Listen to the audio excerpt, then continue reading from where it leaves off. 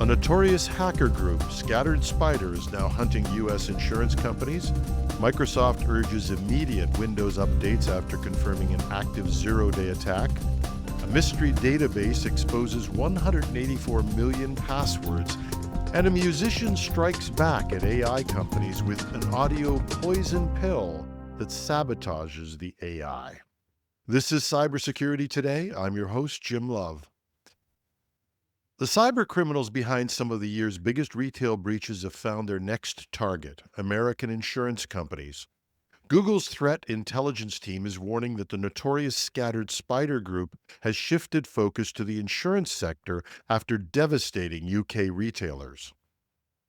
John Hultquist, the chief analyst at Google Threat Intelligence Group, told Bleeping Computer, "We are now seeing incidents in the insurance industry. The insurance industry should be on high alert." Here's what makes Scattered Spider particularly dangerous. They hunt sector by sector. After systematically targeting UK retailers like Marks & Spencer, Co-op, and Harrods earlier this year, they've now crossed the Atlantic to focus on US insurance firms. The group's signature move is sophisticated social engineering attacks that bypass even mature security programs. They typically target help desk and call center employees using aggressive language and impersonation tactics to trick workers into providing access credentials or resetting authentication. Once inside, Scattered Spider, also known as Octopus, UNC 3944, and several other aliases, deploys ransomware including Ransom Hub, Keylin, and DragonForce in the final stages of their attacks.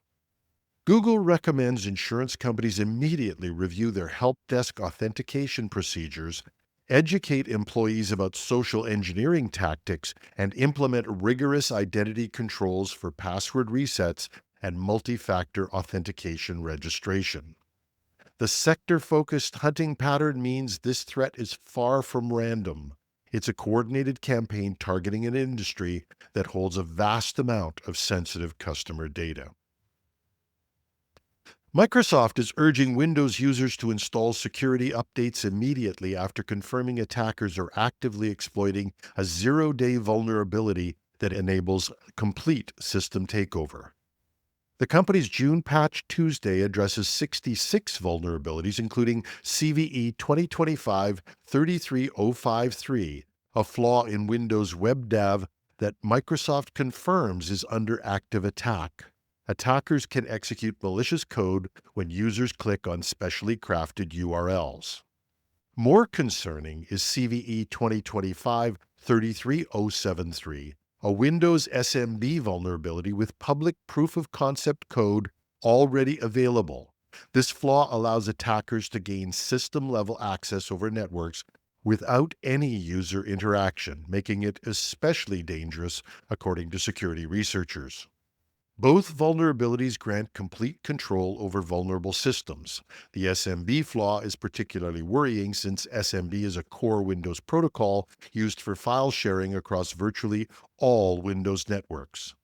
The update package includes 10 critical vulnerabilities total, affecting Windows, SharePoint, and Office applications. Security experts emphasize immediate deployment, given the combination of active exploitation and publicly available attack code. Cybersecurity firm Action One warns, given the high privilege level and ease of exploitation, this flaw poses a significant risk to Windows environments. Updates are available through Windows Update for all supported Windows versions, including Windows 10, Windows 11, and Windows Server editions. Cybersecurity researchers have discovered an unprotected database containing over 184 million records, including email addresses, passwords, and login credentials stored in plain text, with no clear indication of who owns the compromised data. Researcher Jeremiah Fowler found the exposed database in May, revealing credentials tied to major platforms including Apple, Google, Facebook, and Microsoft, along with government and financial services. What makes this breach particularly concerning is the complete lack of identifying information about the database's origin. Fowler told Wired magazine that As far as the risk factor here, this is way bigger than most of the stuff I find, because this is direct access into individual accounts. This is a cyber criminal's dream working list. In a sample of 10,000 records, Fowler identified compromised accounts from Netflix, PayPal, Amazon, and Apple. A keyword search revealed 187 mentions of bank and 57 references to wallet, suggesting extensive financial exposure. And perhaps most alarmingly were 220 email addresses from .gov domains, raising potential national security implications. Unlike typical data breaches where researchers can trace the source through company identifiers or employee records, this database contained no breadcrumbs indicating ownership. The mystery surrounding its origin makes it impossible to notify affected users or assess the full scope of exposure. The breach highlights broader cybersecurity vulnerabilities as attacks become more sophisticated. Security experts recommend immediate password changes, particularly for financial and email accounts. Users should always avoid password reuse across multiple platforms and enable multi-factor authentication wherever it's available. Credit monitoring services suggest freezing credit files with all three major bureaus as an additional protective measure. The timing of this discovery underscores growing concerns about data security as cybercriminals increasingly target large-scale credential databases for identity theft and financial fraud. Now, I normally don't do much cross-posting between our tech news podcast #trending, but this story has some implications we might want to start to think about. And as many of you might know, I'm also a musician, so it has an incredible interest as well. A professional musician who stopped releasing music after AI companies scraped his work without permission has developed a technological weapon to fight back. And he's not just protecting his own tracks. Beardley Jordan, who says he made a living as an independent musician for 25 years and watched tech companies train models on his copyrighted music and then generate inferior versions associated with his name, has responded by creating Poison Deify, an encoding method that not only makes music untrainable by AI, but actively degrades entire data sets. The technology works by embedding adversarial noise that's inaudible to humans, but catastrophic for machine learning algorithms. When Jordan tested his Poison tracks on major AI music generators like Suno and Minimax Audio, the results were devastating. Systems either crashed entirely or produced what he describes as nightmare fuel. But Jordan's counterattack goes far beyond music protection. His demonstrations show that the same techniques can hijack voice assistants, making them respond to phantom commands hidden in classical music, or at one point, tricking content classification systems into believing that explicit audio, and explicit is exactly what you think it is Christian folk music. Working with the University of Tennessee researchers, Jordan combined his approach with Harmony Cloak, another sabotage method that breaks AI's ability to detect melody and rhythm. The combination creates a feedback loop that makes AI models progressively worse at their jobs.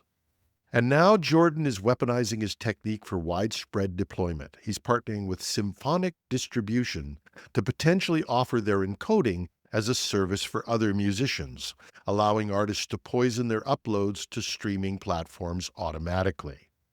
Jordan is also employing psychological warfare. He's randomly encoding his music with real poison, fake poison, or no encoding at all, refusing to reveal which tracks contain what. This prevents AI companies from developing countermeasures. Artists may soon have a way to push back using technology without having to depend on copyright or IP laws. Jordan said, "Artists may soon have a way to push back using technology without having to depend on copyright or IP laws, because those things have utterly failed us." After years of feeling powerless against venture capital-funded AI companies, musicians now have a technological tool that fights fire with fire.